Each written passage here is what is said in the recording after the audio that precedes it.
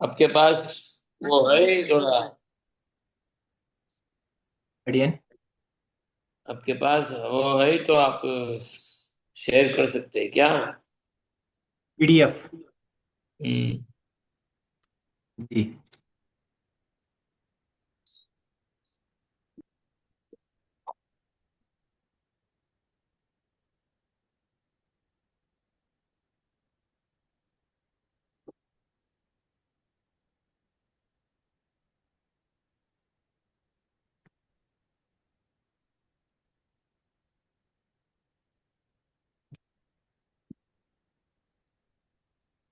नहीं तो आप चालू तो कर दो। श्रीशैलेशदयापात्रं पात्रं धीभक्त्यादिगुणार्णवं दीर्घज्ञानगुणार्णवं यतीन्द्रप्रणं वन्दे रम्यजामातरं यतीन्द्रप्रवणं वन्दे मुनिम्। रम्यजामातरं मुनिं। रम्यजामातृयोगीन्द्रपादरेखामयं सदा। रम्यजामातृयोगीन्द्र तदा स्वामी आयत्यसु। अडियन। 1 मिनट। 1 मिनट क्या में हुआ? आया अभी। यहाँ यहाँ पे नेट स्लो चलता है तो हाँ। ये फाइल को जाने में बहुत समय का लगेगा। यहाँ पे नेट स्लो चलता है तो थोड़ी देर में आया, 1 मिनट में भेज कोई रहा हूँ। चिंता अभी नहीं, स्लो आप जा रहा अभी है पढ़ने फाइल चालू फाइल। करो, चिंता है। मेरे पास है, आपके पास भी है, इसलिए चालू करो, चिंता नहीं। ठीक। रम्य श्रीशैलेशदयापात्रं धीभक्त्यादिगुणार्णवं यतीन्द्रप्रवणं वन्दे रम्यजामातरं मुनिं। रम्यजामातृयोगीन्द्रपादरेखामयं सदा तदा यथात्मसत्तादिं रामानुजमुनिं भजे। लक्ष्मीनाथसमारम्भां नाथयामुनमध्यमाम् अस्मदाचार्यपर्यन्तां वन्दे गुरुपरम्पराम्। यो नित्यमच्युतपदां हृदयुग्मरुक्मा व्यामोहतस्तदितराणि तृणाय मेने। रिकॉर्डिंग बोर्ड अस्मद्गुरोर्भगवतो श्रुतयैकसिन्धोः। अडियन्। रामानुजस्य चरणौ शरणं प्रपद्ये। शरणं प्रपद्ये। माता पिता युवतयस्तनया विभूतिः सर्वं यदेव नियमेन मदन्वयानाम्। आद्यस्य नः कुलपते वकुलाभिरामं श्रीमत्तदङ्घ्रियुगलं प्रणमामि मूर्ध्ना। भूतं सरस्त महदाह्वयभट्टनाथ श्रीभक्तिसारकुलशेखरयोगिवाहान् भक्ताङ्घ्रिरेणुपरकालयति मिश्रान् श्रीमत्पराङ्कुशमुनिं प्रणतोऽस्मि नित्यम्। ॐ अस्मद्गुरुभ्यो नमः। ॐ अस्मत्परमगुरुभ्यो नमः। ॐ अस्मत्सर्वगुरुभ्यो नमः। ॐ श्रीमते रामानुजाय नमः। ॐ अस्मद्गुरुपरम्परायै नमः। अथ भगवत् आराधनाविधिः। ब्रह्मादीनां गुरुं तुलसीदासगमयति। पूर्वं। गुरुं पूर्वम् इन्दिरागृहमेधिनां पाञ्चरात्रप्रभक्तारम् आद्यं नारायणं गुरुं वसिष्ठादिमुनिन् वन्दे है? पाञ्चरात्रप्रवर्तकान्। नहीं।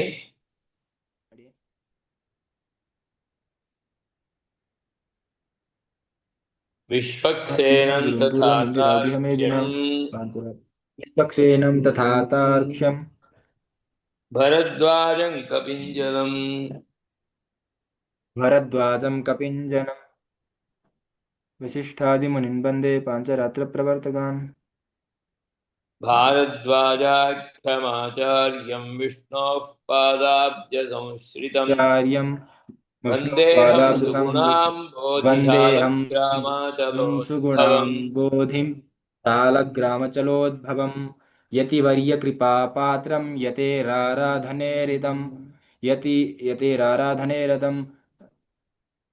भारद्वाजकुलोद्भूतं वङ्गीशार्यमहं भजे। वङ्गीशार्यमहं भजे। आचार्यः नित्यकर्मपरिसमाप्य आलयप्राङ्गणं गत्वा आजानुपादौ आमणिबन्धात् हस्तौ च प्रक्षाल्य आचम्य आलयं द्विप्रदक्षिणीकृत्य घण्टां नादयित्वा ध्वजस्तम्भस्य पुरतः साष्टाङ्गं प्रणम्य द्वारपार्श्वं गत्वा चण्डप्रचण्डौ प्रणम्य अङ्गन्यासनं कुर्यात्। ॐ आचक्राय स्वाहा ज्ञानाय हृदयाय नमः। ॐ विचक्राय स्वाहा ऐश्वर्याय शिरसे स्वाहा। ॐ सुचक्राय स्वाहा शक्त्यै शिखायै वषट्। ओम सूर्यचक्राय स्वाहा बलाय कवचाय हुम। ओम ज्वालाचक्राय स्वाहा तेजसे नेत्रत्रयाय वषट्। ओम सुदर्शनचक्राय स्वाहा वीर्याय अस्त्राय फट्। इति षडङ्गन्यासं कृत्वा द्वारस्य वामपार्श्वे स्थित्वा हस्ताभ्यां तालत्रयं कृत्वा, तालत्रयं नाम दक्षिण वामं सन्ताड्य वामहस्तेन दक्षिणं वामं दक्षिणहस्तेन कुर्यात् तालत्रयं बुधः। एकताळेन मरणं द्विताळे व्याधिपीडनं त्रिताळेषु समाप्नोति तस्मात् तालत्रयं कुरु।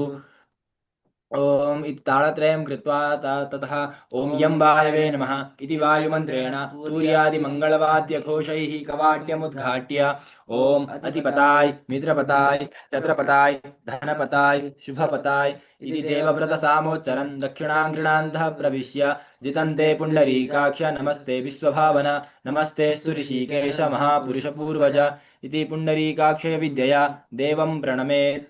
ओम तेजसे फट् इति नेत्रमन्त्रेण दीपान् प्रज्वाल्य निर्माल्यं विसृज्य विश्वक्सेनाय दद्यात् स्थानशुद्धिः।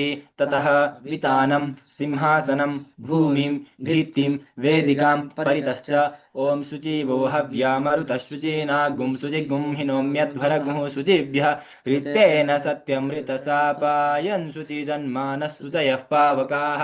अग्निस्तुतिः प्रततमस्तुतिः विप्रस्तुतिः कविः शुचिरोचत आहूत उदग्ने शुचयस्तव शुक्राभ्राजन्त ईरते तव ज्योतिगुं शर्चयः इति मन्त्रेण गन्धोदकेन मार्जयित्वा पात्रशुद्धिः पात्राणि च संशोध्य ततः बिम्बशुद्धिः ततो बिम्बान् तच्छंयोरिति मन्त्रेण शुद्धवस्त्रेण शोधयित्वा ततः शयनस्थं नारायणं प्रबुद्धत्वं जगन्नाथ प्रबुद्ध परमेश्वर प्रबुद्ध पुण्डरीकाक्ष भक्तानाम् अनुकम्पया त्वयि प्रबुद्धे देवेश तवाग्रे परमेश्वर लौकिकानि ह यज्ञानि तानि निर्वर्तयाम्यहम् अग्रतः सर्वयज्ञानां त्वं प्रभुर्नामतः सदा नापरेषु जगन्नाथ पूजितेषु सुरेष्वपि मयि यज्ञसमाप्तिः स्यात् त्वयि सन्तर्पिते नले सर्वे देवा नलमुखाः तथाग्निस्तन्मुखे कृतः ब्रह्मा स्वयं ब्रह्मलोके स्वर्गे स्वर्गनिवासिनः सात्विकामानुषे लोके नागाद्यास्तरसातले त्वां हि प्रबोधयन्ते ते स्वार्थसंसिद्धये सदा त्यज योगमयीं निद्रां कृपां गुरु सनातन इत्यादि स्तोत्रैः प्रबोध्य शयनादुत्थाप्य भद्रासने उपवेश्य शयनवेरस्थम् अनिरुद्धशक्तिम् ओम नमो नारायणाय यथास्थानमुद्वासयामि इति कर्मवेरद्वारा मूलवेरे नियोज्य ततो यवनिकामपसार्य गोपृष्ठ अश्ववक्त्र गजानन कन्या नीलकीशदर्पणादीन् प्रदर्श्य हरये नीराजनं दद्यात् भगवन्तं जितन्तादि स्तोत्रैः कीर्तयेत्। जितन्ते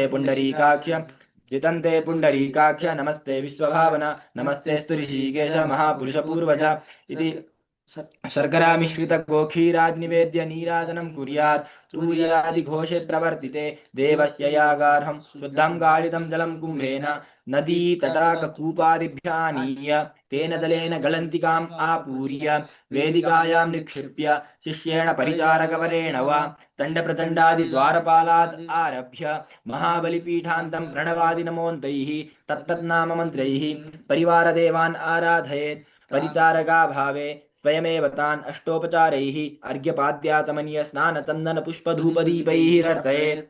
ततः गर्भगृहं प्रविशेत् निच्छिद्रां यवनिकां चाच्छादयेत्। भूतशुद्धिः देवस्य दक्षिणे पार्श्वे शुद्धविष्टरम् अस्त्रमन्त्राभिमन्त्रितजलेन प्रोक्ष्य छोटिकान् कृत्वा तस्मिन् पद्मासनं स्वस्तिकासनं वा बद्ध्वा उपविश्य घण्टां नादयित्वा बहिः सूर्यघोषे प्रवर्तिते ओम रं सहस्रारहुं फट् इति अस्त्रमन्त्रेण सर्वदिग्बन्धनं कृत्वा ओम राम नमः प्राय कालानलात्मनित्यग्नि इत्यग्निप्राकारमुद्रया आत्मनः परितः प्राकारवत्कृतमग्निं ध्यात्वा ओम नमो भगवते सुदर्शनाय इति आकाशे चक्रमुद्रां विन्यस्य पवित्रपाणिः प्राणायामत्रयं प्रणवेन कुर्यात्। अतः योगमुद्रां बद्ध्वा नाभिगन्धे स्थितं वेद्याकारं चतुरस्रं धूम्रवर्णं वायुबीजम् ओम यम इति ध्यात्वा तज्जेन वायुना देहपाप्मानं शोषयित्वा रदम्बुजे स्थितं त्रिकोणं रक्तवर्णम् अग्निबीजम् ओम रम इति ध्यात्वा तदुत्थवन्निज्वालाभिः देहकल्मषं दाहयित्वा कंठे स्थितं चतुरस्रं पीतवर्णं माहेन्द्रबीजं वा महेन्द्रबीजम् ओम लम इति ध्यात्वा तदुत्थवायुना उत्थितमग्निं स्तम्भयित्वा मूर्धस्थं वृत्ताकारं स्फटिकवर्णं वरुणं वारुणबीजं वरुणबीजम् ॐ वमिति ध्यात्वा तज्जामृताम्भसा आपाततलमस्तकं देहं क्षालयेत् अतः ॐ तत्त्वसंहारन्यासः अतः ॐ तत्त्वसंहारमुद्रायै नमः इति तत्त्वसंहारमुद्रां प्रदर्श्य समाधिपरया धिया पादतलदाजानुस्थितां शब्दस्पर्शरूपरसगन्धगुणयुतां घ्राणोपस्थेन्द्रिययुतां पीतवर्णां चतुरश्रां पृथिवीं गन्धतन्मात्रायां संहृत्य गानोरागुह्य स्थिताः शब्दस्पर्शरूपरसगुणयुताः रसनापाह्विन्द्रिययुताः श्वेतवर्णाः अर्धचन्द्राकृतिः अपः गन्धतन्मात्राया सह रसतन्मात्रायां संहृत्य गुह्यादानाभिस्थितं शब्दस्पर्शरूपगुणकं दृष्टिचरणेन्द्रिययुतं पाटलवर्णं त्रिकोणमग्निं रसतन्मात्रया सह रूपतन्मात्रायां संहृत्य नाभेराघ्राणस्थितं शब्दस्पर्श नाभेराघ्राणस्थितं शब्दस्पर्शगुणकं त्वक्करेन्द्रिययुतं धूम्रवर्णं वृत्ताकारं वायुं रूपतन्मात्रया सह स्पर्शतन्मात्रायां संहृत्य घ्राणादामौलिस्थितं शब्दगुणकं श्रोत्रवाक्सहितं नीलोत्पलदलपर्वम् आकाशं स्पर्शतन्मात्रया सह शब्दतन्मात्रायां संहृत्य शब्दतन्मात्रां चिताशितवर्णे मनसि संहृत्य मनः पाटलाहङ्कृतौ संहृत्य अहङ्कृतिं स्फटिकप्रभबुद्धौ बुद्धं स्थितप्रकृतिं प्रकृतिं च पुरकेनैकेन भास्कराभजीवे च संहृत्य नाभिचक्रस्थं वासनाभिवशं सुसूक्ष्मं भास्कराभजीवं कुम्भकेन वायुना पद्मसूत्र सुसूक्ष्मया सुषुम्ना नाडिकया देहे उपरि आरोप्य ब्रह्मरन्ध्रं भेदयित्वा रेचकेन देहात् बहिर्निर्गमय्य सूर्यमण्डलं प्रवेश्य तन्मण्डलाञ्च बहिर्निर्गमय्य स्थूलवासना शरीररहितं जीवं ध्रुवे परस्मिन् ब्रह्मणि स्थितं ध्यायेत् ततः आत्मनः दक्षिणपादाग्रे रक्तवर्णम् ॐ रम् इति अग्निबीजं ध्यात्वा तदुच्चजलनत्विषा परित्यक्तं स्थूलनिजं देहं पादादिमूर्धपर्यन्तं दहेत् ॐ तत्त्वसृष्टिन्यासः ॐ तत्त्वसृष्टिमुद्रायै नमः इति सृष्टिमुद्रां प्रदर्श्य अयुतपूर्णतन्द्रसमप्रभम् ॐ वाम् इत्यन्तरिक्षे निवृत्तिबीजं ध्यात्वा तदुच्च पीयूषनिधि समुद्भूतपाण्डुरपङ्कजे ब्रह्मणः सकाशात् सूक्ष्मशरीरविशिष्टं जीवं समुत्पन्नं स्मरेत् जीवात् चित्तप्रकृतिं प्रकृतेः स्फटिकप्रभबुद्धिं बुद्धेः पाटलाहङ्कृतिं ततः चिताचितमनः मनसः शब्दतन्मात्रायाः वाक्श्रोत्रेन्द्रिययुतं स्पर्शतन्मात्राया शब्दगुणकम् आकाशं स्पर्शतन्मात्रायाः त्वक्करेन्द्रिययुतं रूपतन्मात्रया सह शब्दस्पर्शगुणकं वायुं रूपतन्मात्रायाः दृष्टिचरणेन्द्रिययुतं रूपतन्मात्रया दृष्टिचरणेन्द्रिययुतं रसतन्मात्रयाः सह शब्दस्पर्शरूपगुणकम् अग्निं रसतन्मात्रायाः रसनापाह्विन्द्रिययुताः रसनापाह्विन्द्रिययुताः गन्धतन्मात्रया सह शब्दस्पर्शरूपरसगन्धगुणकाः अपः गन्धतन्मात्रायाः घ्राणोपस्थेन्द्रिययुतं शब्दस्पर्शरूपरसगन्धगुणकां पृथिवीं च समुत्पन्नां स्मरेत् इत्थं पाञ्चभौतिकं स्वशरीरं सृष्टं विचिन्त्य पूर्वोक्तस्वधारश्वेतपङ्कजात् समुद्भूतैः सुवर्णकुम्भपूर्णैः अमृतवारिभिः स्नापितं शुद्धम् अनघं परमात्मनः आराधनयोग्यं सुशरीरं मत्वा मन्त्रन्यासं कुर्यात् ॐ मन्त्रन्यासः अथ कार्य मन्त्रन्यासः ओम अस्य श्रीमदष्टाक्षरमहामन्त्रस्य अन्तर्यामि नारायण ऋषिः देवी गायत्री छन्दः परमात्मा श्रीमन्नारायणो देवता अं बीजम् ॐ शक्ति मम किलकं शुक्लो वर्णः बुद्धिस्तत्त्वं परमं व्योमः क्षेत्रं भगवत् समाराधनार्थे विनियोगः ॐ रं सहस्रारहुं फट् इति करतलकरौ पृष्ठौ शोधयित्वा ॐ शुक्लवर्णं ॐ नाम ॐ स्वर्णवर्णं ॐ कृष्णवर्णं ॐ नाम ॐ रक्तवर्णं ॐ यं ॐ कुङ्कुमवर्णं ॐ यं ॐ नाम ॐ पद्मवर्णं ॐ यं ॐ पीतवर्णं ॐ राम ॐ सर्ववर्णं ॐ कुमुदवर्णाय कृदुल्काय अङ्गुष्ठाभ्यां नमः ॐ बन्धुकवर्णाय महोल्काय तर्जनीभ्यां स्वाहा ॐ असितोत्पलवर्णाय वीरोल्काय मध्यमाभ्यां भूषट् ॐ अब्जकेशरवर्णाय दुल्काय अनामिकाभ्यां हुम् ओम अंभोजवर्णाय सहस्रोल्काय कनिष्ठिकाभ्यां भट् ओम अतसि कुसुमवर्णाय तेजोल्काय नखमुखेभ्यो वषट् ओम तथा व्यापकन्यासः तथा दक्षिणहस्ते ॐ पद्माय नमः, ॐ पं पद्माय नमः, ॐ सुदर्शनाय नमः, ॐ तति पद्मचक्रे विन्यस्य वामहस्ते ॐ नमो भगवत्यै गदायै भवरूपिण्यै कौमोदकै हुं फट् स्वाहा, ॐ नमो भगवते पुण्डरीकाक्षाय वायुमुखाय दीप्तबालाय शङ्खबालाय स्वाहा इति च गदासङ्ख्ये विन्यस्य तदुत्वज्वलतेजोभिः द्वाभ्यां हस्ताभ्यां मूर्धादिपर्यन्तं मूर्यादिपादपर्यन्तं देहे न्यसेत्। ब्रह्मचारिणां देहे सृष्टिन्यासं कुर्यात्। ओम ओम ओम ओम ओम ओम ओम नमो ओम ओम ओम ओम नामो ओम रामो ओम यमो ओम रामो ओम ओम क्रुद्धोल्काय हृदयाय नमः। ओम नमो महोल्काय शिरसे स्वाहा। ओम ओम ओम विरोल्काय शिखाय वषट्। ओम नाम ओम द्युल्काय कवचाय हुम। ओम राम ओम तेजोल्काय नेत्राभ्यां वषट्। ओम यम ओम सहस्रोल्काय अस्त्राय फट्। ओम नाम ओम क्रुद्धोल्काय हृदयाय नमः। ओम यम महोल्काय शिरसे स्वाहा। इति च किरीटाकुण्डल श्रीवत्स कौस्तुभ बनमाला शङ्ख चक्र गदा पद्मपादाग्रे गरुणमुद्रां विन्यस्य अष्टाक्षरमूर्तिध्यानं कुर्यात्। अतः चतुर्भुजमुदाराङ्गं चक्राध्यायितसेवितं कालमेघप्रतीकासं पद्मपत्रायते क्षणं पीताम्बरधरं सौम्यं प्रसन्नेधुनिवाननं चारुकाशं सुतामृष्टं रत्नोज्ज्वलितकुण्डलं भ्रुल्ललाटमुकुटं मकुटं घनकुञ्चितमूर्धजं ललाटतिलकं सौम्यं दीपवत्श्वेतमृत्स्नया स्फुरद्भास्करवर्णाभं शोभितं वनमालया प्रद्योतनसहस्राभभूषणैरपि मण्डितं लिप्ताङ्गं दिव्यमाला विभूषितं श्रीभूमिभ्यां सुखासीनं स्वर्णसिंहासने शुभे ध्यात्वैवं देवदेवेश मन्त्रजापपरो भवेत्। इति ध्यात्वा मानसयागं कुर्यात्।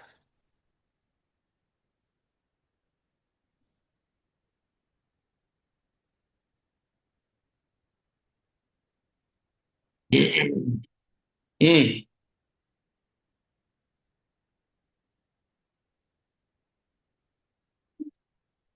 वसंत होना है क्या? अडियन रिकॉर्डिंग ऑन பண்ணிடுமா? रिकॉर्डिंग हो रहा है। ओके। रिकॉर्डिंग ऑन है। अस्मद्गुरुपरम ओके। अस्मद्गुरुपरम्परायै नमो नमः। अथ मानसयागः। आज यहाँ से चालू करना है। अथ कुंभकेन वायुना। आगे का ये अर्थ हाँ, आगे का समझाना है ना, आज वहां से चालू करते हैं। यहाँ से ही ना। नहीं, तत्वसंहारन्यास के शब्द तन्मात्रा सीता से वर्णे तत्व संहार हो गया ना। पूरा तत्व नहीं हुआ सृष्टि था। भी हो गया ना। हाँ, नहीं नहीं, वो अर्थ लगाना। अर्थ तो बाद में करेंगे, एक मतलब संतर कर लेंगे कोई थोड़ा। अथ कुंभकेन वायुना। अथ कुंभकेन वायुना। अथ कुंभकेन वायुना। अथ कुंभकेन वायुना। अथ कुंभकेन वायुना। अधो मुखस्थं नाभिपद्मम्। अधोमुखस्थं नाभिपद्मम्। अधोमुखस्थं नाभिपद्मम्। अधोमुखस्थं नाभिपद्मम्। अधो मुखस्थं नाभिपद्ममुन्नमय्य। अधोमुखस्थं नाभिपद्ममुन्नमय्य। अधोमुखस्थं नाभिपद्ममुन्नमह्य। अधोमुखस्थं नाभिपद्ममुन्नमय्य। अथ कुंभकेन वायुना अधो मुखस्थं नाभिपद्ममुन्नमय्य। अथ कुंभकेन वायुना अधोमुखस्थं नाभिपद्ममुन्नमय्य। अथ कुंभकेन वायुना अधोमुखस्थं नाभिपद्ममुन्नमय्य। अथ कुंभकेन वायुना अधोमुखस्थं नाभिपद्ममुन्नमह्य। समुद्घाट्य। समुद्घाट्य समुद्घाट्य समुद्घाट्य तस्योपरि मनसा पीठं परिकल्प्य। तस्योपरि मनसा पीठं परिकल्प्य। तस्योपरि मनसा पीठं परिकल्प्य। तस्योपरि मनसा पीठं परिकल्प्य। तस्मिन् वनमालादिदिव्यभूषणभूषितम्।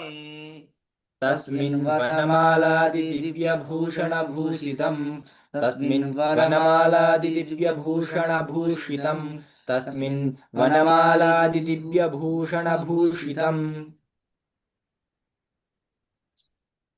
समुद्घाट्य तस्योपरि मनसा पीठं परिकल्प्य तस्मिन् वनमालादिदिव्यभूषणभूषितम् समुद्घाट्य तस्योपरि मनसा पीठं परिकल्प्य तस्मिन् वनमालादिदिव्यभूषणभूषितम् समुद्घाट्य तस्योपरि मनसा पीठं परिकल्प्य तस्मिन् वनमालादिदिव्यभूषणभूषितम् समुद्घाट्य तस्योपरि मनसा पीठं परिकल्प्य तस्मिन् वनमालादिदिव्यभूषणभूषितम् अथ कुम्भकेन वायुना अधोमुखस्थं नाभिपद्ममुन्नमय्य समुद्घाट्य तस्योपरि मनसा पीठं परिकल्प्य तस्मिन् वनमालादिदिव्यभूषणभूषितम् अथ कुम्भकेन वायुना अधोमुखस्थं नाभिपद्ममुन्नमह्य समुद्घाट्य तस्योपरि मनसा पीठं परिकल्प्य तस्मिन् वनमालादिदिव्यभूषणभूषितम् अथ कुम्भकेन वायुना अधोमुखस्थं नाभिपद्ममुन्नमह्य समुद्घाट्य तस्योपरि मनसा पीठं परिकल्प्य तस्मिन् वनमालादिदिव्यभूषणभूषितम् अथ कुम्भकेन वायुना अधोमुखस्थं नाभिपद्ममुन्नमह्य समुद्घाट्य तस्योपरि मनसा पीठं परिकल्प्य तस्मिन् वनमालादिदिव्यभूषणभूषितम् पीताम्बरधरं चतुर्बाहुम् पीताम्बरधरं चतुर्बाहुं पीताम्बरधरं चतुर्बाहुं पीताम्बरधरं चतुर्बाहुं पीताम्बरधरं चतुर्बाहुम् श्रीभूमिसहितम् श्रीभूमिसहितं श्रीभूमिसहितं श्रीभूमिसहितम् पीताम्बरधरं चतुर्बाहुं श्रीभूमिसहितम् पीताम्बरधरं चतुर्बाहुं श्रीभूमिसहितं पीताम्बरधरं चतुर्बाहुं श्रीभूमिसहितं पीताम्बरं चतुर्बाहुं श्रीभूमिसहितं पीताम्बरधरं चतुर्बाहुं श्रीभूमिसहितम् उद्धृत अनेक उद्धृतानेक उद्धृतानेक उद्धृतानेक उद्धृतानेकदिव्यायुधधरम् उद्धृतानेकदिव्यायुधधरम् उद्धृतानेकदिव्यायुधधरम् उद्धृतानेकदिव्यायुधधरम् भगवन्तं मूलभेरादागतं ध्यात्वा भगवन्तं मूलवेरात् आगतं ध्यात्वा भगवन्तं मूलवेरात् आगतं ध्यात्वा भगवन्तं मूलवेरात् आगतं ध्यात्वा भगवन्तम् श्रीभूमिसहितम् उद्धृतानेकदिव्यायुधधरं भगवन्तं मूलभेरादागतं ध्यात्वा श्रीभूमिसहितम् उद्धृतानेकदिव्यायुधधरम् भगवन्तं मूलवेरात् आगतं ध्यात्वा श्रीभूमिसहितम् उद्धृतानेकदिव्यायुधधरम् भगवन्तं मूलवेरात् आगतं ध्यात्वा श्रीभूमिसहितम् उद्धृतानेकदिव्यायुधधरम् भगवन्तं मूलवेरात् आगतं ध्यात्वा वेरी गुड पीताम्बरधरं चतुर्बाहुं श्रीभूमिसहितम् उद्धृतानेकदिव्यायुधधरं भगवन्तं मूलभेरादागतं ध्यात्वा पीताम्बरधरं चतुर्बाहुं श्रीभूमिसहितं उद्यदानेकदिव्यायुधधरं भगवन्तं मूलवेरादागतं ध्यात्वा पीताम्बरधरं चतुर्बाहुं श्रीभूमिसहितं उद्धृतानेकदिव्यायुधधरं भगवन्तं मूलवेरादागतं ध्यात्वा पीताम्बरधरं चतुर्बाहुं श्रीभूमिसहितं उद्धृतानेकदिव्यायुधधरं भगवन्तं मूलवेरादागतं ध्यात्वा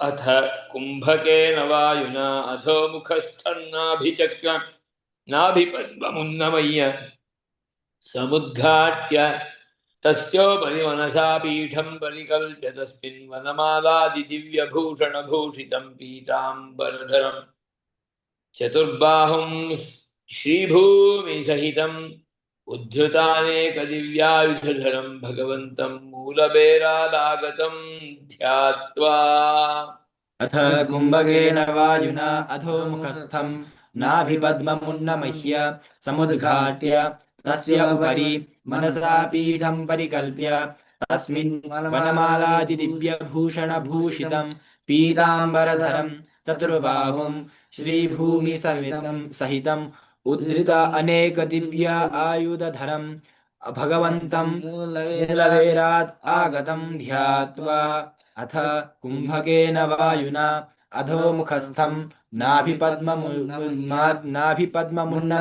समुद्घाट्य तस्य उपरि मनसा पीठं परिकल्प्य तस्मिन् वनमालादिदिव्यभूषणभूषितं पीताम्बरधरं चतुर्बाहुं श्रीभूमिसहितम् उद्धृतानेकदिव्यायुधधरं भगवन्तं मूलवेरादागतं ध्यात्वा अथ कुम्भकेन वायुना अधोमुखस्थं नाभिपद्ममुन्नमुह्य समुद्घाट्य तस्योपरि मनसा पीठं परिकल्प्य तस्मिन् वनमालादिदिव्यभूषणभूषितं पीताम्बरधरं चतुर्बाहुं श्रीभूमिसमेतं उद्धृतानेकदिव्यायुधधरं भगवन्तं मूलवेरादागतं ध्यात्वा स्वागतं देवदेवेश हृत्पद्मे सन्निधिं भज स्वागतं देवदेवेश हृत्पद्मे सन्निधिं भज स्वागतं देवदेवेश हृत्पद्मे सन्निधिं भज स्वागतं देवदेवेश हृत्पद्मीं सन्निधिं भज गृहाणमानसीं पूजाम् यथार्हपरिभाविताम् गृहाणमानसीं पूजां यथार्हपरिभावितां गृहाणमानसीं पूजां यथार्हपरिभावितां गृहाणमानसीं पूजां यथार्हपरिभाविताम् स्वागतं देवदेवेश हृत्पद्मे सन्निधिं भज गृहाणमानसीं पूजाम् यथार्हपरिभाविताम् स्वागतं देवदेवेश हृत्पद्मे सन्निधिं भज गृहाणमानसीं पूजां यथार्हपरिभाविताम् स्वागतं देवदेवेश हृत्पद्मे सन्निधिं भज गृहाणमानसीं पूजां यथार्हपरिभाविताम् स्वागतं देवदेवेश हृत्पद्मे सन्निधिं भज गृहाणमानसीं पूजां यथार्हपरिभाविताम् इति मनसा विज्ञाप्य इति मनसा विज्ञाप्य इति मनसा विज्ञाप्य इति मनसा विज्ञाप्य भगवन्तं सुप्रसन्नं मत्वा भगवन्तं सुप्रसन्नं मत्वा भगवन्तं सुप्रसन्नं मत्वा भगवन्तं सुप्रसन्नं मत्वा इति मनसा विज्ञाप्य भगवन्तं सुप्रसन्नं मत्वा इति मनसा विज्ञाप्य भगवन्तं सुप्रसन्नं मत्वा इति मनसा विज्ञाप्य भगवन्तं सुप्रसन्नं मत्वा इति मनसा विज्ञाप्य भगवन्तं सुप्रसन्नं मत्वा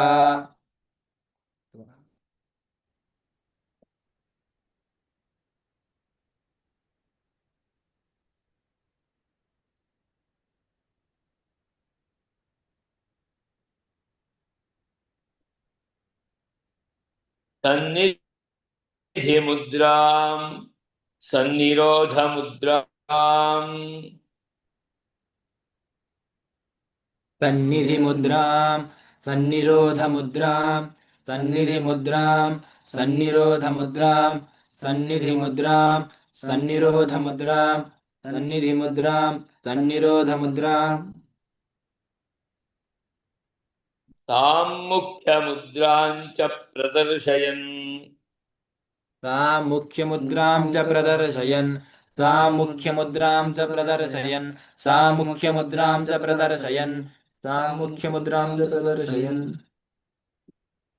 सन्निधिमुद्रां सन्निरोधमुद्रां साम्मुख्यमुद्रां च प्रदर्शयन् सम्प्रार्थ सन्निधिमुद्रां सन्निरोधमुद्रां साम्मुख्यमुद्रां च प्रदर्शयन् सम्प्रार्थ्य सन्निधिमुद्रां सन्निरोधमुद्रां साम्मुख्यमुद्रां च सन्मुख्यमुद्रां च प्रदर्शयन् सम्प्रार्थ्य सन्निधिमुद्रां सन्निरोधमुद्रां साम्मुख्यमुद्रां च प्रदर्शयन् सम्प्रार्थ्य सन्निधि इति स्वागतं देवदेवेश हृत्पद्मे सन्निधिं भज गृहाणमानसीं पूजां यथार्हपरिभाविताम् इति मनसा विज्ञाप्य भगवन्तं सुप्रसन्नं मत्वा सन्निधिमुद्रां सन्निरोधमुद्रां साम्मुख्यमुद्रां च प्रदर्शयन् सम्प्रार्थ्य स्वागतं देवदेवेश हृत्पद्मे सन्निधिं भज गृहाणमानसीं पूजां यथार्हपरिभाविताम् इति मनसा विज्ञाप्य भगवन्तं सुप्रसन्नं मत्वा सन्निधिमुद्रां सन्निरोधमुद्रां साम्मुख्यमुद्रां च प्रदर्शयन् सम्प्रार्थ्य स्वागतं देवदेवेश हृत्पद्मे सन्निधिं भज गृहाणमानसीं पूजां यथार्हपरिभाविताम् इति मनसा विज्ञाप्य भगवन्तं सुप्रसन्नं मत्वा सन्निधिमुद्रां सन्निरोधमुद्रां साम्मुख्यमुद्रां च प्रदर्शयन् सम्प्रार्थ्य स्वागतं देवदेवेश हृत्पद्मे सन्निधिं भज गृहाणमानसीं पूजां यथार्हपरिभाविताम् इति मनसा विज्ञाप्य भगवन्तं सुप्रसन्नं मत्वा सन्निधिमुद्रां सन्निरोधमुद्रां साम्मुख्यमुद्रां च प्रदर्शयन् सम्प्रार्थ्य अष्टाक्षरविद्यया देहे मन्त्रन्यासम् अष्टाक्षरविद्यया देहे मन्त्रन्यासम् अष्टाक्षरविद्यया देहे मन्त्रन्यास अष्टाक्षरविद्यया देहे मन्त्रन्यास अष्टाक्षरविद्यया मन्त्रन्यास देहे मन्त्रन्यासम् अष्टाक्षरविद्यया देहे मन्त्रन्यास षडङ्गन्यासौ च कृतं ध्यात्वा मन्त्रन्यासषडङ्गन्यासौ च कृतं ध्यात्वा मन्त्रन्यासषडङ्गन्यासौ च कृतं ध्यात्वा मन्त्रन्यासषडङ्गन्यासौ च कृतं ध्यात्वा न्यास षडङ्ग षा मूर्धन्य षकार अष्टाक्षरविद्यया देहे मन्त्रन्यास षडङ्गन्यासौ च कृतं ध्यात्वा सम्भाव्य अष्टाक्षरविद्यया देहे मन्त्रन्यासषडङ्गन्यासौ च कृतं ध्यात्वा सम्भाव्य अष्टाक्षरविद्यया देहे मन्त्रन्यासषडङ्गन्यासौ च कृतं ध्यात्वा सम्भाव्य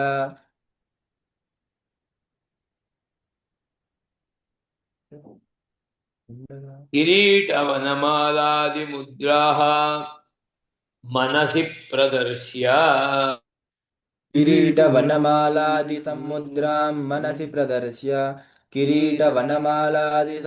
सर्वमुद्रां मनसि प्रदर्श्य किरीटवनमालादिसर्वमुद्रां मनसि प्रदर्श्य सर्वमुद्राः मनसि प्रदर्श्य सर्वमुद्राः मनसि प्रदर्शय।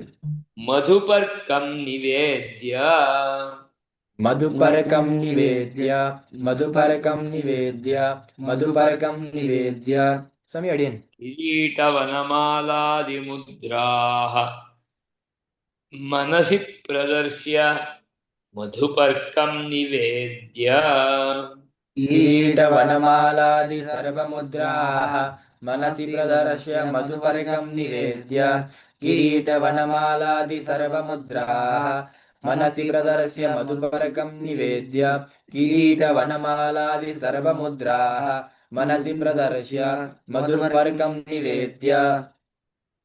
मानस याग करना पड़ता है क्या अभी? हाँ। देवं स्नानासने स्थितं ध्यात्वा एवं देवं स्नानासने स्थितं ध्यात्वा देवं स्नानासने स्थितं ध्यात्वा देवं स्नानासने स्थितं ध्यात्वा। पहले से भगवन्तं सुप्रसन्नं मत्वा सन्निधिमुद्रां सन्निरोधमुद्रां साम्मुख्यमुद्रां च प्रदर्शयन् सम्प्रार्थ्य अष्टाक्षरविद्यया देहे मन्त्रन्यासं षडङ्गन्यासौ च कृतं ध्यात्वा सम्भाव्य किरीटवनमालादिमुद्राः मनसि प्रदर्श्य मधुपर्कन्निवेद्य देवं स्नानासने स्थितं ध्यात्वा भगवन्तं सुप्रसन्नं मत्वा सन्निधिमुद्रां सन्निरोधमुद्रां साम्मुख्यमुद्रां च प्रदर्शयन् सम्प्रार्थ्य अष्टाक्षरविद्यया देहे मन्त्रन्यास षडङ्गन्यासौ च कृतं ध्यात्वा सम्भाव्य किरीटवनमालादि सर्वमुद्राः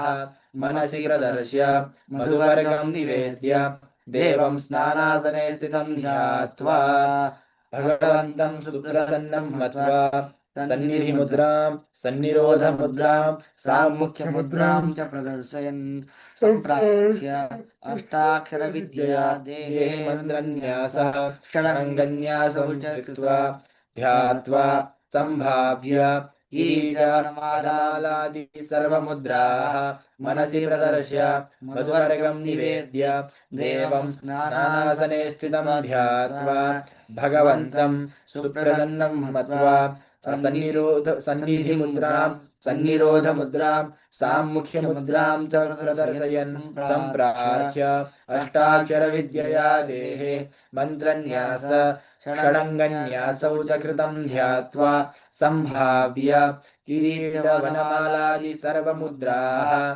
मनसि प्रदर्श्य मधुपर्कं निवेद्य देवं स्नानासने स्थितं ध्यात्वा।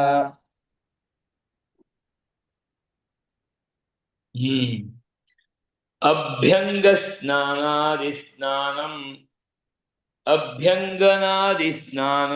स्मृत्वा अभ्यङ्गनादिस्नानं स्मृत्वा अभ्यङ्गनादिस्नानं स्मृत्वा अभ्यङ्गनादिस्नानं स्मृत्वा ततो मानसे अलङ्कारासने ततो मानसे अलङ्कारासने ततो मानसे अलङ्कारासने ततो मानसे अलङ्कारासने